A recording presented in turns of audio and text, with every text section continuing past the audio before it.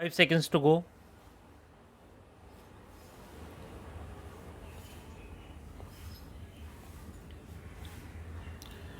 Start. Besides the above, both the co-accused Gaurav Kumar Aggarwal and the respondent herein had, at the first opportunity, retracted from their statements recorded under Section 67 of the NDPS Act and in view of law laid down by this court in Tofan Singh versus State of Tamil Nadu, any confessional statement recorded under Section 67 of the NDPS Act is inadmissible in the trial of an offence under the said Act,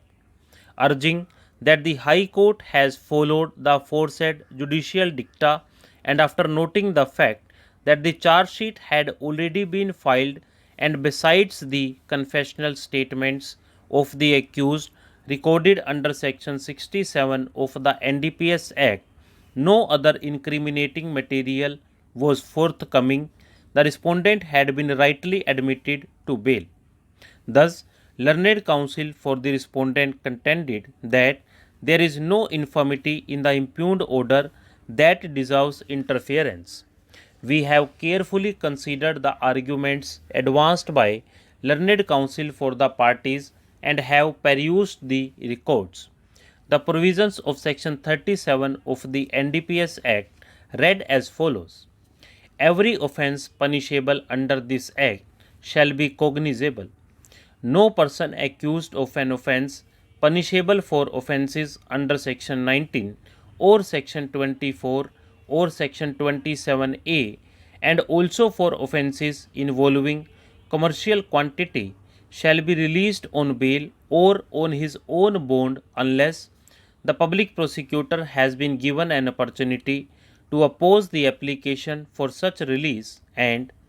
where the public prosecutor opposes the application, the court is satisfied that there are reasonable grounds for believing that he is not guilty of such offence and that he is not likely to commit any offence while on bail.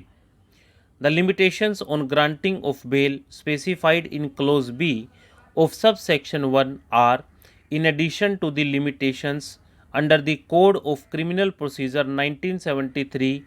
2 of 1974, or any other law for the time being in force on granting of bail.